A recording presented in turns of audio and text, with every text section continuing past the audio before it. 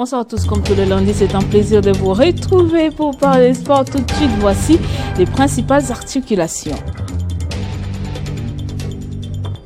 On va parler football. Le coup d'envoi sera donné dans quelques minutes au stade Benjamin Mkapa à Dar es Salaam, en Tanzanie, entre l'Éthiopie et la RDC. Match comptant pour la deuxième journée des éliminatoires Coupe d'Afrique des Nations 2025. Les Léopards veulent rééditer l'exploit après le succès d'un but à 0 face à la Guinée et Home. Il y aura également du basketball avec la Coupe du Congo qui a tiré ses rideaux le week-end dernier. Aucun trophée pour Kinshasa, la ville haute.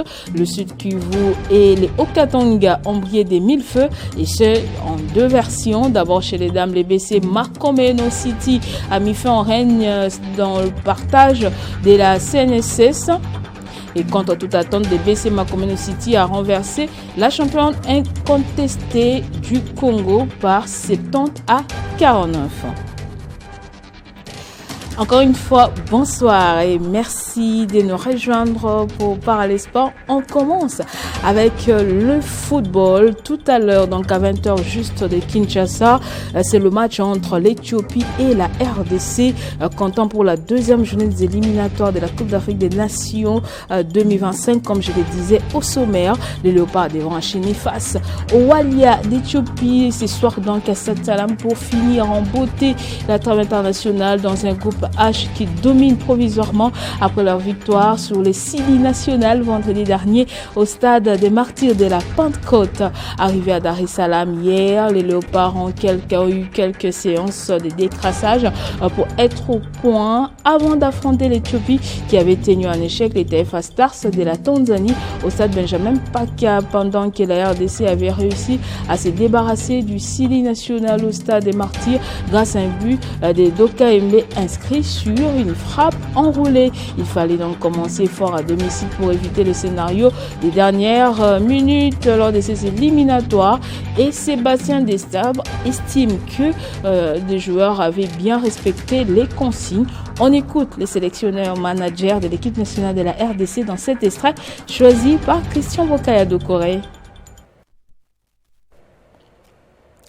Et plusieurs nations ont laissé filer 2 points lors de la première journée. Le cas du Sénégal qui a été accroché au stade Abdoulaye Wade de Diani Diambio par le Burkina Faso dans ces derbys de l'Afrique de l'Ouest. Les Lions du Sénégal ouvrent le score par le touchement de Sadio Mané avant que les étalons ne réagissent en toute fin de la partie grâce à un but d'Ousseni Bouda.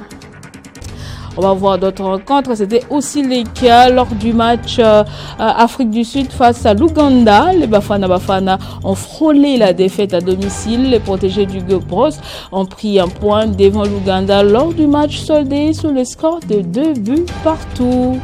Et puis le Libéria de son côté avait aussi accroché le Togo par un but partout, alors que l'Angola dans le groupe F est allé irriter les supporters ghanéens à Koumassi après sa victoire d'un but à 0. Milson a marqué l'unique but des Palancash Negrash en dernière minute des temps additionnels après une mauvaise relance de la défense ghanéenne.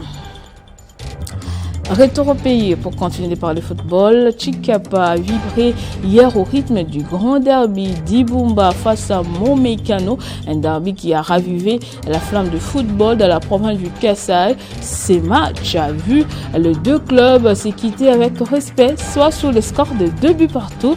Retour sur les temps forts de ce match dans ses commentaires de Christian Bokaya.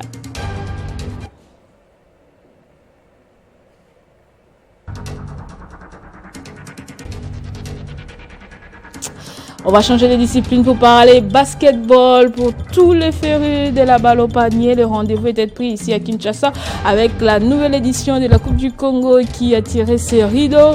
Ce week-end, le Sud Kivu et le Haut-Katanga ont brillé des mille feux et c'est en deux versions. D'abord chez les dames, les BC Makomeno City a mis fin au règne dans le partage de la CNSS. Contre toute attente, les BC Makomeno City a renversé la championne incontestée du Congo par 70 à 49 en finale. Les Louchoises n'ont donné aucune chance aux Quinoises dès le premier carton. Elles ont maintenu le même rythme jusqu'à la fin du match. Makomeno City a dédié ce trophée à son coach Simple Chibangu, décédé en plein match des demi-finales. Et chez les messieurs, c'est bien Showsport qui a dicté sa loi lors de cette 41e édition de la Coupe du Congo. Les clubs de Bukavu a éjecté deux géants de Kinshasa pour s'adjuger le sacre. D'abord New Generation en demi-finale, ensuite les BC Terreur en finale. Et face à Terreur, Showsport a transpiré sang et eau pour soulever le sacre, et tout s'est joué dans les 5 dernières minutes alors que Showsport était mené, mais les rouges et noirs n'ont pas tremblé. Ils sont allés chercher leur titre jusqu'au bout. 73 à 65, c'était le score final. Présent à la clôture de la 41e édition de la Coupe du Congo, Tom Kisenga salue l'organisation de la Fédération de basketball du Congo. Il souhaite que l'élan soit maintenu pour les prochaines éditions et il invite par ailleurs les supporters à venir nombreux au gymnase lors de la Coupe d'Afrique des Nations de handball qui sera organisée à Kinshasa au mois de novembre prochain. On l'écoute. Showsport sur un schéma prometteur. Après avoir remporté son premier sac samedi face à Terreur, les joueurs de Showsport ont été honorés par la direction du club au cours d'une réception exceptionnelle à Kinshasa. Une occasion pour Didi Moudogo d'exprimer sa joie et surtout booster le mental des joueurs pour les échéances à venir.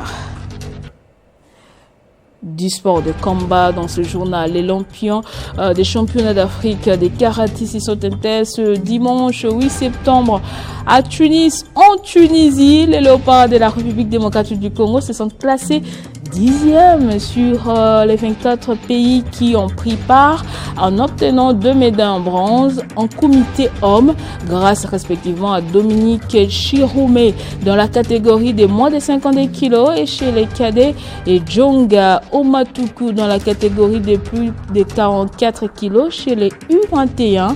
Une contre-performance par rapport à leur dernière participation à Durban où ils avaient ramené 8 médailles, dont 3 en argent et 5 en bronze. Il faut noter également que les léopards karaté sont partis à Tunis avec un effectif très réduit à cause des moyens financiers. On écoute la déception de Maître Freddy Lakombo, président de la Fédération des karaté du Congo, lui qui avait promis la première médaille d'or pour les léopards karaté lors de ces championnats. On écoutera également l'athlète Dominique Chiroumé. Et c'est la fin de ce journal des sports. Merci à vous de l'avoir suivi de partout. Restez branchés sur vos antennes.